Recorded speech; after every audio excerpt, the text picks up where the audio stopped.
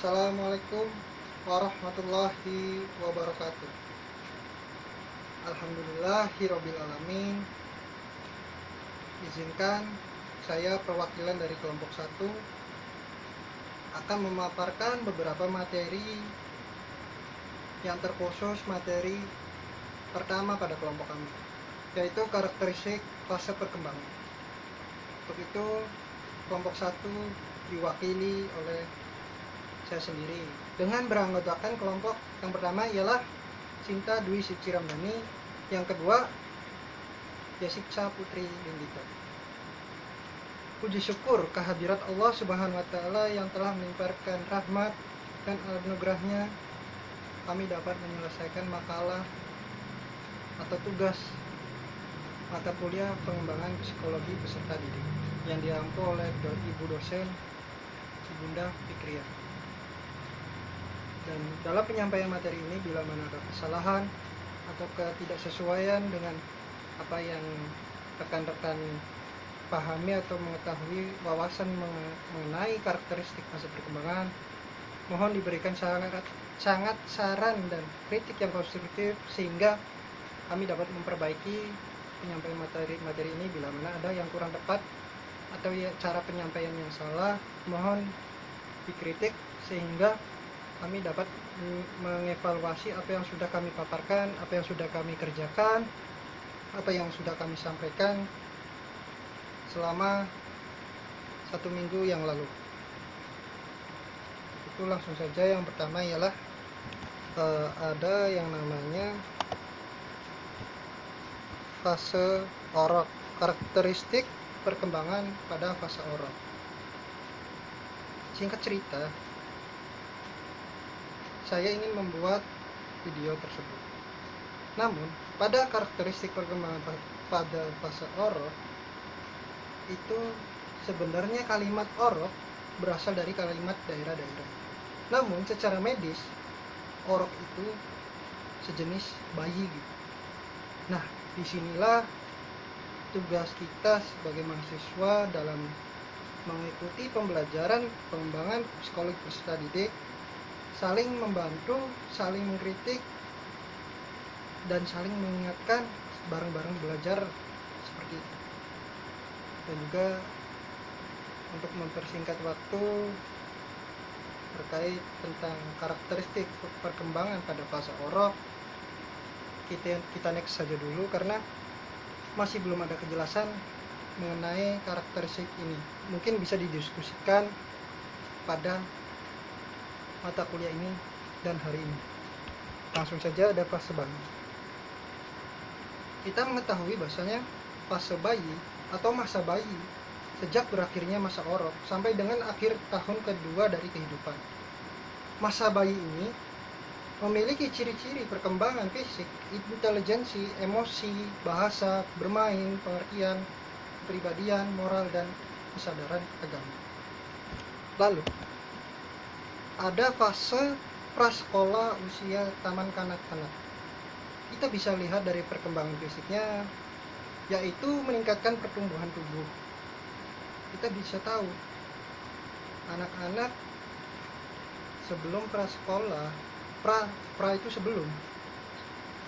Jadi fase prasekolah atau biasa disebut usia taman kanak-kanak itu merupakan fase sebelum anak sekolah, atau bisa disebut juga dengan usia taman kanak-kanak gitu.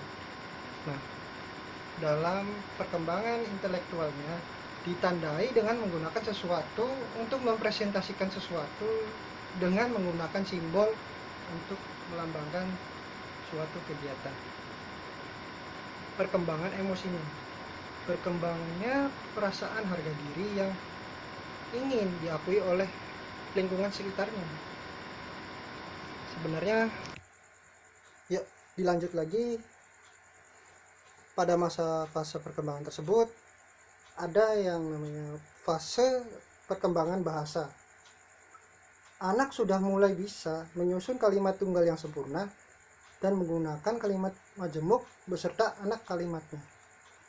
Dalam perkembangan sosialnya, anak mulai mengetahui dan patuh terhadap aturan-aturan anak mulai menyadari hak atau kepentingan orang lain dalam perkembangan bermainnya.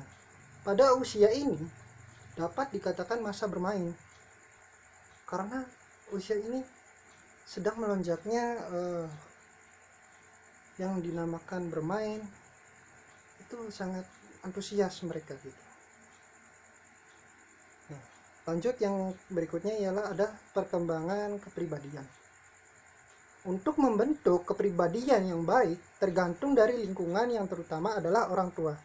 Jadi untuk para orang tua harus selalu mengawasi, bukan hanya mengawasi, mengayomi dan memperhatikan anak-anaknya. Karena di mana pendidikan bukan hanya dilakukan di sekolah saja. Dalam membangun karakteristik anak diperlukan juga pendidikan selama berada di rumah, dan mengawasi anak tersebut dalam pergaulan, lingkungan yang menjadikan karakter di kemudian harinya. Nah, kita lanjut lagi. Ada yang namanya perkembangan moral. Anak sudah memiliki dasar tentang sikap moralitas terhadap kelompok sosialnya. Perlu diketahui bahwasanya yang dimaksud dalam kelompok sosialnya ialah jika lingkungan kita berada pada lingkungan yang benar-benar sederhana, moral anak pun mengikuti apa yang ada di lingkungan tersebut gitu. Seperti itu. Karena di masa-masa ini merupakan perkembangan yang nantinya akan membentuk karakter anak, atau karakter dalam kata lain ialah kebiasaan-kebiasaan anak yang menjadikan anak tersebut bersumber daya atau berkualitas berbeda dengan satu dan lainnya. Lanjut yang ke berikutnya ialah perkembangan kesadaran beragama. Pengetahuan anak tentang agama akan terus bertambah jika orang tua mereka juga terus menanamkan nilai-nilai agama pada anak-anak mereka. Bisa diambil contoh. Kita mempunyai anak lelaki pada masa itu. Ketika sholat Jumat, setidaknya kita para lelaki atau para imam mengajak anak kita untuk sholat Jumat. Dalam artian kita bisa gunakan metode uang. Kita berikan anak uang agar anak tersebut memasukkan uang tersebut ke dalam kotak amal di suatu masjid. Nah, dari situ pula kita membangun karakter anak, perkembangan kesadaran beragamanya, akhlaknya dalam porsi-porsi tertentu. Dimulai dari sejak dini tersebut, sehingga yang nantinya anak akan terus melakukan kebiasaan tersebut setiap Jumatnya gitu. Meski hanya merelakan atau menyumbangkan tidak lebih dari 2.000 rupiah, mungkin seperti itu. Ya, kita lanjut, ada fase anak sekolah. Nah, di fase ini perkembangan intelektual pada masa sekolah ini, anak sudah melaksanakan tugas-tugas belajar seperti membaca, menulis, menghitung. Nah, dalam artian disinilah tugas seorang guru ketika berada di ruang lingkup sekolah dalam mendidik peserta didik. Nah, mungkin ada beberapa cara dan lain sebagainya, tetapi yang perlu disampaikan bahwasanya jika kita ikhlas, lillah, tidak ada kata lelah. Seperti itu. Dan satu lagi yang saya sisipkan bahwasanya jangan pernah tanyakan apa yang sekolah berikan kepada kita, tapi tanyakan apa yang sudah kita berikan kepada sekolah, kepada peserta didik, agar peserta didik dapat cerdas dan dapat menjadikan kekuatan sumber daya manusia yang menjadikan generasi-generasi berikutnya warga negara Indonesia menjadi generasi yang unggul. Seperti itu. Lalu perkembangan sosial. Biasanya perkembangan sosial ditandai dengan adanya perluasan hubungan. Di samping dengan keluarga, juga dimulai membentuk ikatan baru dengan teman sebayanya. sehingga ruang gerak hubungan sosialnya telah bertambah luas. Kita bisa didapati di sekolah dasar itu ialah jika melakukan ekstrakurikuler, mengikuti ekstrakurikuler, baik dalam seni bela diri, pergerakan yang menggunakan psikomotorik, atau bisa juga dalam organisasi yaitu pramuka gitu. Di situ nanti anak membentuk suatu karakter atau mengajarkan nilai-nilai kemanusiaan di luar, baik di dalam pembelajaran atau proses belajar. Mungkin seperti itu kurang lebihnya.